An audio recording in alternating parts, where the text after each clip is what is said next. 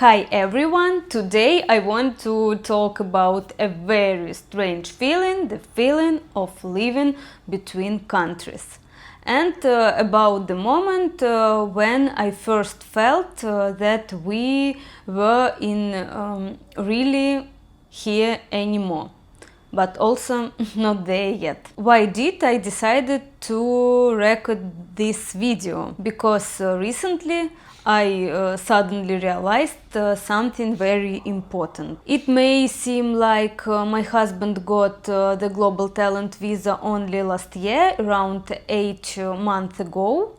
But actually, we have been living in this uncertain state for much longer. And when I understood this, it really hit me hard. Before that, I thought maybe I'm just tired or burnt out or lost, or maybe I just don't understand how to build my future anymore. But then I realized, wait.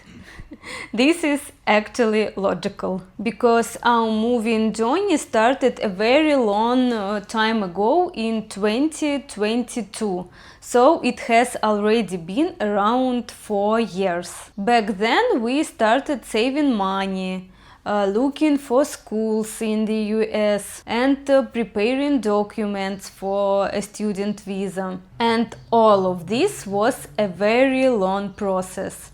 Then we contact schools, choose one, prepared documents and booked an interview at the American embassy. And another problem was that we could not apply for a US visa in our own country. We had to fly to Europe, and for this we also needed a Schengen visa. And all of this was difficult. Financially, emotionally, and logistically. I still remember that trip. We had a fly with a transfer, and on the day of our departure, one of our flights was cancelled. New tickets were very expensive, and we simply couldn't afford them. We lost our hotel bookings. In the end, we traveled across Europe by buses with transfers. It was a very difficult trip and a very expensive one. And after all that, we got rejected for the American visa. After that, there was also the EB1 story. I already talked about it in one of my videos. And now, when I looked back at all of this, I understand, oh my god, this is a huge part of life when you live in uncertainty. And I think this is where this deep tiredness comes from, because all of this has already been going on for many years and there is still no final point. Yes, now we already have UK residency, but we are still on the way. And it's a very strange feeling. Another interesting thing is that our parents, for example, don't even know that we applied for an American visa and got rejected. They also don't know that my husband already received the UK Global Talent visa, because we don't want to start this conversation too early. We understand that it will not be easy for them, even though we already live far away from each other. Still, moving to another country is something completely different. And this also creates extra pressure. It feels like you carry a huge part of your life only inside yourself, and you can't really fully share it with almost anyone. Maybe this is why I started recording these videos, because I want to have at least one place where I can honestly talk about what is happening to us. And because I record all of this in English, I understand that my parents will probably never accidentally find this channel. They aren't even on YouTube, and my dad still uses an old button phone. He is very old school. Even my friends will probably not know about this channel because I still haven't told anyone about this YouTube, and I'm not ready to announce it yet. Of course, after the visa approval, real life changed. Now almost everything in life is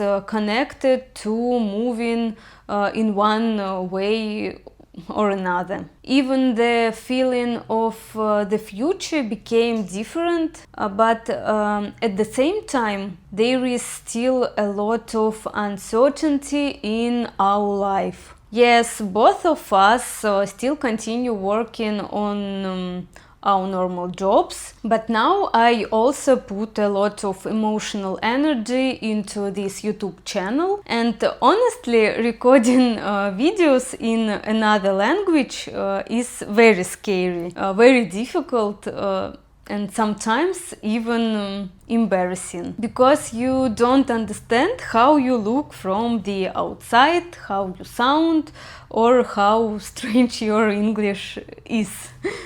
But I decided that this is also part of my growth, part of leaving my comfort zone, and maybe this is also changing me. The fact that our life is changing and something very big is happening to us can also be felt in normal everyday life. When you talk to friends, you still hide some things, not because you don't trust people, but because every conversation about moving takes a lot of emotional energy, because this dream is so important to you, and every time you talk about it out loud, it feels like you give away a part of yourself. You relieve all this emotional again, and after that you feel tired, probably because your dream is still not your real life yet. Does it feel like the old life is ending and the new life has not started yet? Yes, 100%. But at the same time, it doesn't feel like we are not living forever and cutting all ties. No, this is not our story. We love our country, we love people here. My parents are here, my sister is here, my close people are here. A huge part of my life happened here. And this is very important to me. So we don't want to suddenly cut everything off. But inside, some kind of goodbye has already started, even in small things. For example, sometimes I want to buy something for home, new dishes, but I don't buy them, because I understand later I'll feel sad leaving them behind, and I will not be able to move everything with me. And these small things create this strange feeling of life between two worlds. What helps me continue living in this uncertainty? Probably hope, and understanding that all of this is leading us toward our dream, toward the life we have thought about for a long time. And also the thought that we already went through such a huge journey, and probably we should be proud of ourselves. Support from each other also helps a lot. We laugh, joke, and try to support each other even during difficult moments.